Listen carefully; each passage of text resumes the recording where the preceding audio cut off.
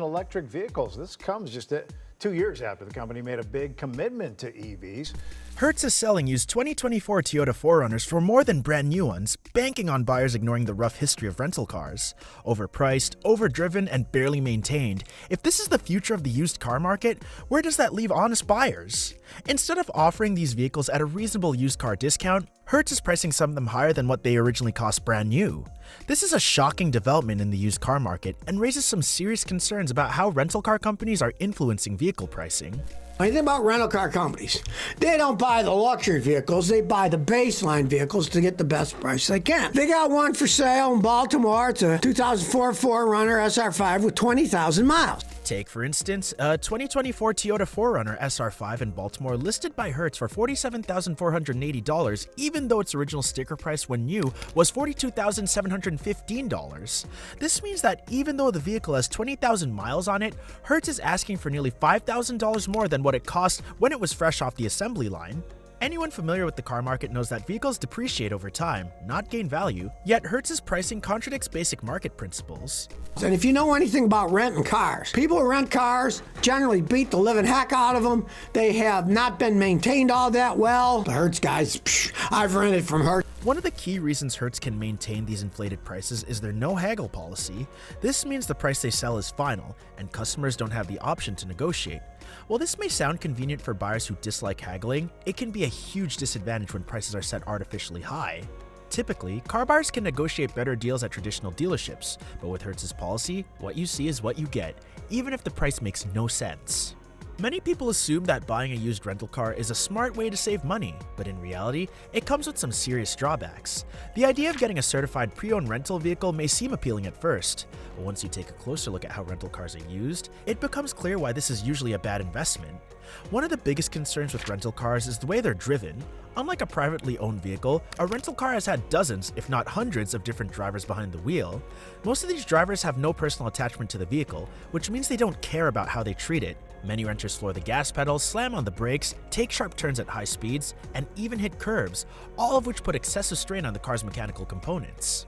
Another major issue is maintenance history. A rental company's main goal is profit, so they tend to stretch maintenance intervals to the absolute limit.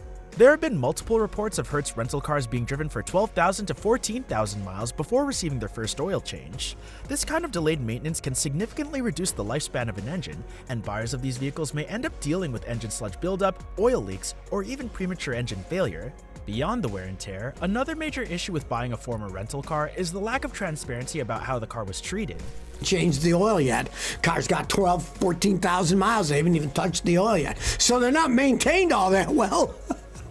You would be a fool to pay $5,000 more. Many rental vehicles are involved in minor accidents or collisions that may not show up in traditional vehicle history reports like Carfax.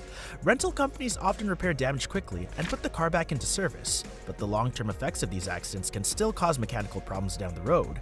Financially speaking, paying more than the car's original MSRP for a rental return makes no sense. Depreciation is a natural part of the car market, and a used vehicle should always be priced lower than its new counterpart. If Hertz and other rental companies continue overpricing used cars, buyers need to be especially vigilant about avoiding bad deals.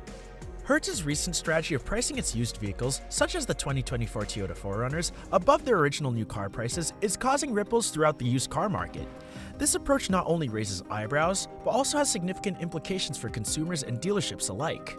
When a major player like Hertz lists used cars at inflated prices, it can create a misleading perception of the vehicle's value. Consumers might assume that if a reputable company is setting such high prices, the car must be worth it. This misconception can lead to a general increase in used car prices, as other sellers may adjust their pricing to align with the perceived market value. Consequently, the overall affordability of used cars diminishes, making it harder for average buyers to find reasonably priced vehicles. Traditional dealerships, which often rely on competitive pricing to attract customers, find themselves in a challenging position. Competing with Hertz's overpriced rental returns means they either have to justify their lower prices, potentially leading customers to question the quality of their vehicles, or raise their prices to match, which could drive away cost-conscious buyers.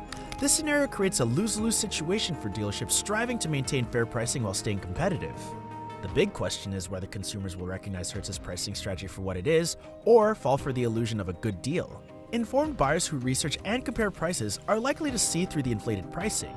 However, less informed consumers might be swayed by the brand's reputation and the allure of a no-haggle price, leading them to overpay for a used vehicle that may not offer the best value. The potential consequences of this pricing approach are far-reaching. As more consumers become aware of the overpricing, trust in the used car market could erode, leading to reduced buyer confidence.